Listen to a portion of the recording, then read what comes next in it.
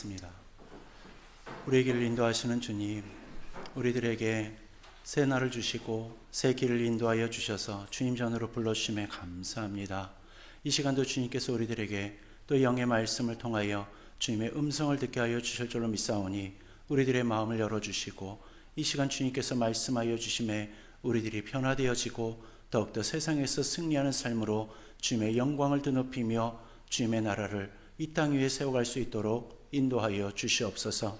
모든 시간 주님께서 말씀하시고 주장하여 주실 줄로 믿사오며 예수 그리스도의 이름으로 기도드리옵나이다. 아멘. 우리는 신앙생활 중에요, 자주 묻게 됩니다. 나는 정말 성령의 인도하심을 따라서 살고 있는 걸까? 하나님이 기뻐하시는 길로 가고 있는 걸까? 이러한 질문에 어떤 분은요, 성령의 인도하심은 어떤 특별한 사람에게만 임하는 것 같다, 이렇게 생각을 하고요. 또 어떤 분은 나는 그러한 체험이나 느낌을 단 한 번도 받아본 적이 없다라고 이렇게 말을 합니다. 이런 생각을 안고요, 신앙생활을 오래 그냥 하다 보면 그 생각, 그 고민 때문에 오히려 확신이 약해질 때가 있습니다. 기도해도 방향이 보이지 않는 것 같고요. 또 말씀을 읽어도 삶이 크게 달라지지 않는 것처럼 그렇게 느껴질 때가 있다라는 거죠. 이러한 모습에 대해서 오늘 본문은 분명히 말을 합니다. 성령의 인도하심은 느낌이 아니라 일상에서 드러나는 방향과 열매다라고 말이죠. 갈라디아 교회는요, 믿음으로 구원을 고백을 했었습니다. 근데 시간이 지나면서 혼란이 오게 되었습니다. 어떤 이들이요, 예수님을 믿는다, 이 고백만으로는 부족하고 율법을 지켜야만 한다라고 가르쳤기 때문인 겁니다. 율법은요, 하나님께서 주신 계명입니다. 살인하지 말라, 도둑질하지 말라, 간음하지 말라, 이외에도 레위기의 말씀, 이런 말씀들을 통하여서 많은 율법의 말씀을 주셨습니다. 근데 문제는요, 율법 자체가 아니고 율법을 지켜야 하나님께 인정받을 수 있다라고 믿는 데 있었던 겁니다. 그래서 갈라디아 교회의 성도들은요, 다시 두려움 속으로 들어가게 되었습니다. 이렇게 살면 하나님이 정말 기뻐하시는 게 맞는 걸까? 저렇게 살면 혹 하나님으로부터 버림받는 것은 아닐까? 바울은 이것을 매우 심각한 문제로 보았던 겁니다. 왜냐하면 이것은 신앙의 자유를 잃어버리는 일이었기 때문입니다. 그래서 오늘 본문 16절에서 이렇게 말을 합니다. 너희는 성령을 따라 행하라. 그리하면 육체의 욕심을 이루지 아니하리라. 여기서 따라 행하라 라는 말은요, 잠깐의 동행이 아니라 삶의 방식을 말을 하는 겁니다. 즉 삶의 주도권을 성령께 맡기라는 뜻인 겁니다. 그리고 성령을 따라 행하게 되어졌을 때에 그것에 대해서 바울은 분명히 말을 합니다.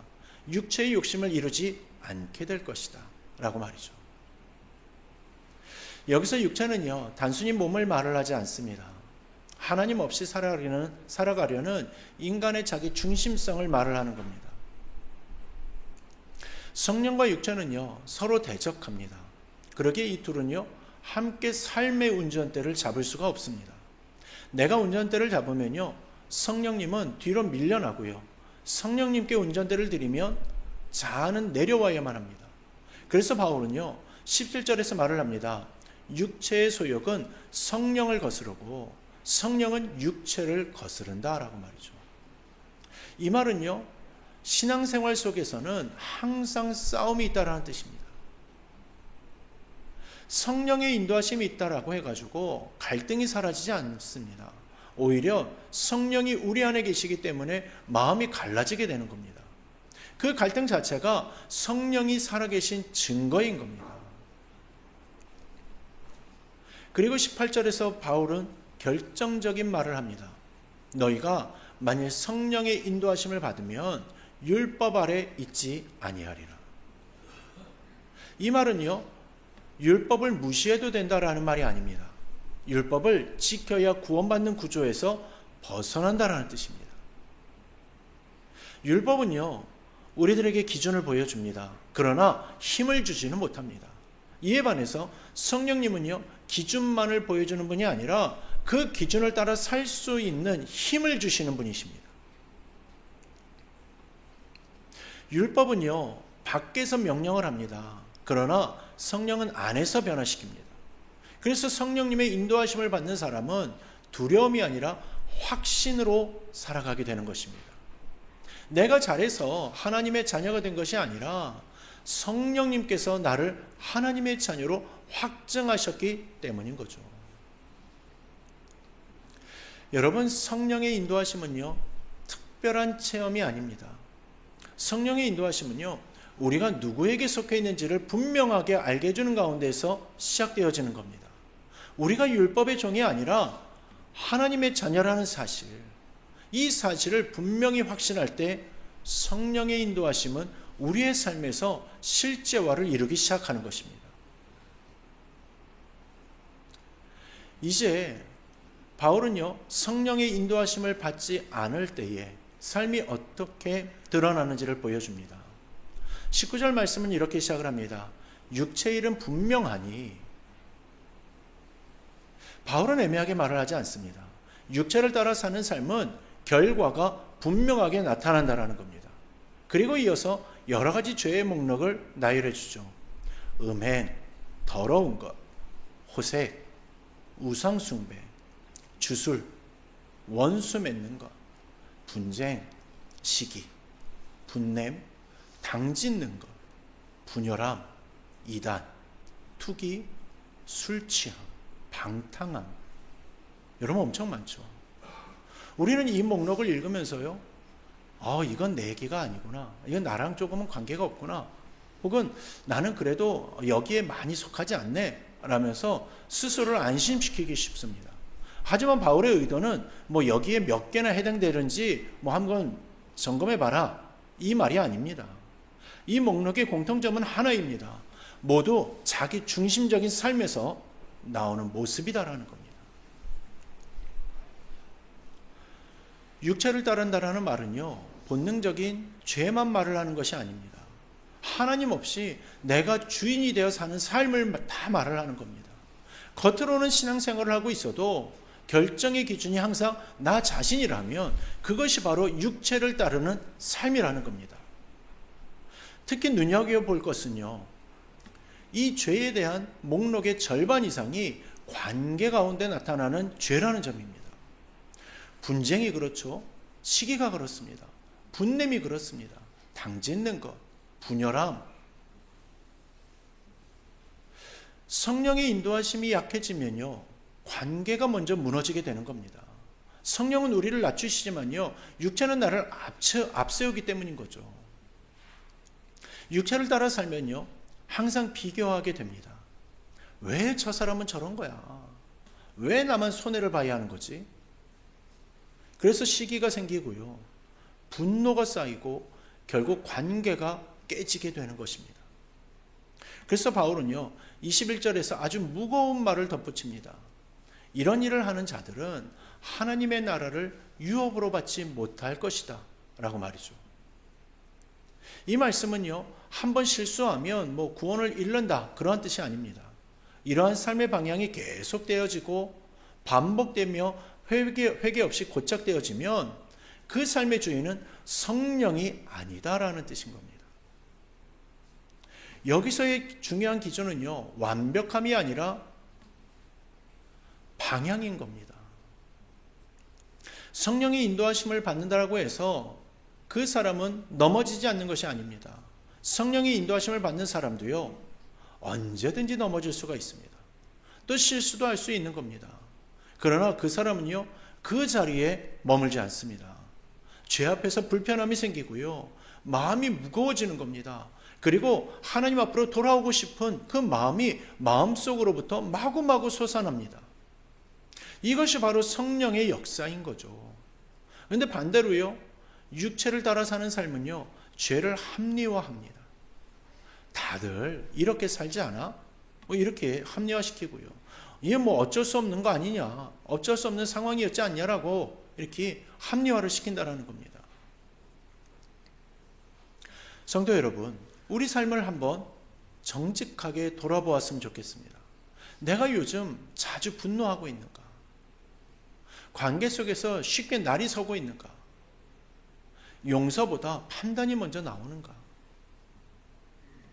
이 질문은요, 내 성격이 어떤지를 알아보기 위한 그 성격 테스트가 아니라 지금 나를 누가 이끌고 있는가를 알아보기 위함인 겁니다. 성령의 인도하심이 사라지면요, 신앙의 겉모습은 남아 있을 수 있어도 생명력은 사라집니다. 또한 형식은 있지만 기쁨은 사라지게 되고요, 열심은 있어도 평안은 찾을래야 찾을 수가 없게 되고 마는 겁니다. 그러게 바울이 죄의 목록을 말을 했던 이유는 우리를 정죄하기 위함이 아니라 우리를 깨우기 위함이었던 겁니다. 너희가 신앙의 자유를 얻었는데 다시금 죄의 종의 자리로 돌아가고 있지 않는가? 라는 거죠. 율법은 지키고자 노력할수록 우리 안의 죄를 더 드러나게 하게 됩니다. 여러분, 하지 말라고 하면요, 더 하고 싶어지는 게 인간이지 않습니까? 그래서 율법은요, 우리를 살리는 도구가 아니라 우리를 그리스도께로 인도하는 안내판과 같은 역할만 하는 겁니다. 성령의 인도하심 없이요, 율법만 붙잡으면 신앙은요, 점점 무거워집니다. 그러나 성령께 삶의 주도권을 드리면 죄와의 싸움은 다른 차원으로 들어가게 됩니다. 의무가 아니라 사랑으로 순종하게 되는 거죠. 바울은요, 이제 성령의 인도하심이 있는 삶이 어떻게 드러나는지를 말을 하게 됩니다. 22절 말씀을 보면요, 아주 분명한 전환이 일어납니다. 흥미롭게도요, 육체의 일은 여러 개로 나열되지만 성령의 열매는 단수로 표현된다라는 겁니다. 성령의 열매는 따로 떨어진 덕목이 아니라 한 생명에서 함께 자라는 한 열매이기 때문에 단수로 표현되어진다라는 겁니다. 그래서 나는 사랑은 약하지만 절제는 그래도 나는 잘할 수 있어, 이렇게 연결지을 수는 없는 겁니다. 성령의 인도하심은요, 부분적인 삶의 변화가 아니라 삶 전체를 변화시키는 역사이기 때문인 겁니다. 근데 또 우리가 주목해야 할 부분이 있는데, 바울은 우리가 흔히 말하는 성령의 은사라는 표현을 사용하지 않고요, 성령의 열매라는 표현을 사용한다는 겁니다. 은사는요, 순간적으로 주어질 수 있지만 열매는 시간 속에서 맺힙니다. 또한 열매는요, 비록 눈에 보이지는 않더라도 뿌리가 있으면 자라게 됩니다. 그렇기 때문에 성령의 인도하심은요, 하루아침에 드러나는 능력이 아니라 시간이 지나면서 확인되어지는 변화인 겁니다. 성령의 인도하심에 대한 확신은요, 내가 오늘 얼마나 감동을 받았는가가 아니라 내 삶의 방향이 어디로 가고 있는가에서 오게 되어져 있다는 거죠. 예전보다 사랑이 조금이라도 더 잘하고 있는가? 예전보다 분노를 덜 끌어안고 있는가? 예전보다 사람을 바라보는 눈이 달라지고 있는가?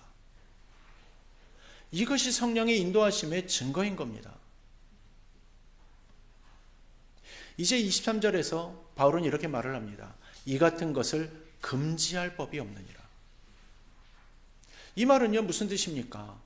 성령의 열매로 사는 삶에는 율법이 개입할 자리가 없다라는 뜻인 겁니다. 율법은요, 사랑하라 라고 외치기만 합니다. 그러나 성령은요, 사랑하게 돕고 사랑하게 만들어줍니다. 또한 율법은요, 절제하라고 명령만 합니다. 그러나 성령은요, 절제할 수 있도록 이끄시고 지키시며 도와주신다라는 겁니다. 그래서 성령의 인도하심을 받는 사람은요, 억지로 신앙생활을 하지 않게 되는 겁니다. 마지못해가 아니라 기꺼이 순종하게 되는 거죠. 이제 24절 말씀은요, 성령 인도하심의 핵심을 말을 해줍니다. 그리스도 예수의 사람은 육체와 함께 그 정욕과 탐심을 십자가에 못 박았느니라. 이 말씀은요, 우리가 더 이상 싸우지 않는다는 뜻이 아닙니다. 이 말씀은요, 싸움의 자리가 바뀌었다는 뜻입니다. 예전에는 죄와 타협하면서 살았다면 이전에는 죄를 십자가 앞으로 가져가는 겁니다. 육체를 십자가에 못 박았다라는 그 말, 이건요 내가 죄인 되기를 포기했다라는 말인 겁니다. 성령의 인도하심은요 내 뜻을 관철하는 기도가 아니라 주님의 뜻에 나를 내어드리는 결단에서 시작되어지는 겁니다. 때로는 힘들고 갈등도 생깁니다. 그러나 순종하에 따르면 이전과 다른 생명력이 공급되어집니다. 자기를 붙들면 육체가 자라게 될 뿐이고 자기를 내려놓을 때 성령의 열매가 맺히게 되는 거죠. 그러게 우리 모두가요 성령의 인도하심에 자신을 내려놓고 순종함으로써요 풍성한 성령의 열매를 맺는 복된 성도들 되시기를 주님의 이름으로 축원합니다. 이제 25절에서요 바울은 아주 실질적인 권면을 합니다. 만일 우리가 성령으로 살면 또한 성령으로 행할지니. 성령으로 산다는 것은요 구원의 문제입니다. 구원은요 이미 우리가 받은 은혜이죠. 그러게 성령으로 행한다는 것은요 미래의 선택의 문제입니다. 이미 받은 생명을 어떻게 살아낼 것인가의 문제라는 겁니다.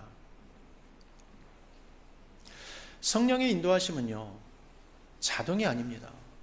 성령은 인격이시기 때문에 우리를 억지로 끌고 가지 않으십니다. 성령은 마음에 말씀하시지만 우리는 종종 그 음성을 외면하죠. 그래서 성령의 인도하심은 순종 속에서 더욱더 분명해지고 더욱더 확실해지게 지켜지게 되는 것입니다. 여기서 순종은요 큰일 한 번이 아니라 작은 순종의 반복입니다. 그 순종이 습관이 될 때요 성령의 다음 인도하심이 더욱더 분명해지게 되는 겁니다. 그렇게 말씀 앞에서 한 걸음 양보할 때요 성령의 길이 열리게 되는 것입니다. 그리고 관계 속에서 한 번 더 참아낼 때 성령의 열매가 자라나게 되는 것이죠. 이러한 체험이 있는 삶을 사는 우리 모두가 되기를 주님의 이름으로 축원합니다. 이제 26절에서 바울은요 설교 전체를 마무리하는 아주 중요한 말을 합니다. 헛된 영광을 구하지 말며 서로를 노엽게 하지 말며 서로 투기하지 말지니라. 이 말씀은요 성령의 열매를 말한 직후에 나오는 말이기 때문에 우리가 그 의미를 깊이 새겨봐야 할 것입니다. 왜냐하면 성령의 인도하심을 가장 쉽게 방해하는 것이 헛된 영광이기 때문인 거죠. 그럼 헛된 영광이란 무엇이겠습니까? 그건요 사람들로부터 받는 인정입니다. 비교에서 나오는 우월감과 같은 거죠. 남보다 조금이라도 더 낫고 싶어 하는 그 마음인 겁니다. 우리는 이를 경계하지만요 신앙생활 속에서도 내가 조금 더 헌신했다거나 내가 조금 더 옳다라는 비교가 스며들 때가 있습니다. 그 순간 성령은 조용히 뒤로 밀려나고 마는 거죠. 성령의 인도하심은요 항상 우리를 낮추는 방향으로 이끄십니다. 반대로 육체는요 나를 더 드러내게 만들어 버립니다. 인정받고 싶어 하고요 또 옳다는 말을 듣고 싶게 만듭니다. 그래서 바울은 말을 하죠. 성령으로 살면 성령으로 행하라 라고 말이죠. 성령 인도하심의 확신은요 내가 얼마나 맞는 말을 하느냐가 아니라 내가 얼마나 성령께 이끌리고 있느냐에 달려있는 겁니다. 우리 사랑하는 성도 여러분, 성령의 인도하심은요 신비한 음성을 듣는 그러한 경험이 아닙니다. 성령의 인도하심은요 미래의 삶에서 드러나는 방향인 겁니다. 누가 나를 이끌고 있는가? 내 선택의 기준은 무엇인가? 내가 붙들고 있는 확신은 어디에서 오는가? 율법은 우리에게 기준을 주지만 생명을 주지는 못합니다. 그러나 성령님은 기준을 넘어서 생명을 주십니다. 그래서 성령의 인도하심을 받는 사람은 두려움으로 살지 않는 겁니다. 잘못하면 버림받을까봐 떠는 삶이 아니라 자녀로서 아버지를 신뢰하는 삶을 살며 평안을 누리고 열매를 맺는 은혜로운 삶을 살게 되는 것입니다. 성령의 인도하심의 확신은 완벽하면서 또한 오지 않습니다. 실수하지 않는 삶에서 오지도 않습니다. 성령의 인도하심의 확신은 넘어질 때마다 다시금 주님께 돌아오게 되는 삶에서 오게 되어져 있는 겁니다. 오늘 이 자리에 앉아있는 우리 모두도 여전히 연약합니다. 그러나 분명한 것은요, 우리가 혼자가 아니라는 사실입니다. 성령께서 지금도 우리 안에서 말씀하고 계십니다. 말씀 앞에서 마음이 찔릴 때 그것이 성령의 역사인 겁니다. 죄 앞에서 불편함이 느껴질 때 그것이 성령의 인도하심이다라는 겁니다. 순종하고 싶지 않은데 그래도 주님의 길을 선택하게 될 때 그것이 성령의 능력인 줄로 믿습니다. 성도 여러분, 오늘 이 말씀 앞에서 우리 이렇게 결단하기를 원합니다. 주님, 이제 내 삶이 온전케 다시금 성령께 드리고 내 생각보다 성령의 뜻을 따르겠습니다. 내 감정보다 말씀의 인도를 선택하겠습니다. 작은 순종을 가볍게 여기지 않겠습니다. 성령의 열매는요, 하루아침에 맺히는 것이 아닙니다. 그러나 성령의 인도하심을 하루하루 반복하는 삶의 삶에는 반드시 변화가 나타납니다. 새롭게 맞이한 26년을 살아갈 때요, 우리가 붙들어야 될 확신은 이것입니다. 성령께서 오늘도 나를 이끌고 계신다. 그 확신 속에서 두려움 대신 담대함으로, 정죄 대신 회개로, 자기의 의 대신 은혜로 살아가는 우리 삼성교회의 성도들 되시기를 주님의 이름으로 축원합니다. 이제 말씀을 듣는 데서 멈추지 말고 회개와 결단의 기도로 나아가기를 원합니다. 지금 성령께서 우리들의 마음을 비추고 계십니다. 누가 나를 이끌고 있었는지, 어떠한 기준으로 선택해 만들었는지, 어디서부터 성령의 인도하심을 밀어내고 내가 주인 되어 살아왔는지, 잠시 우리의 각자의 삶을 하나님 앞에 정직하게 내어놓는 시간을 갖기를 원합니다. 각자 하나님 앞에서 조용히 그리고 진실하게 회개하며 기도하기를 원합니다. 성령님의 인도하심보다 내 생각을 앞세웠던 순간들, 말씀보다 감정의 그 편리를 따랐던 선택들, 알면서도 순종하지 않았던 마음들, 이것들을 주님 앞에 솔직하게 고백합시다. 그리고 이렇게 결단하며 기도하기를 원합니다. 주님, 다시 성령께 삶의 주도권을 드립니다. 작은 순종을 가볍게 여기지 않겠습니다. 우리 이 시간 말씀을 생각하며 회개와 결단의 기도를 올려드리겠습니다.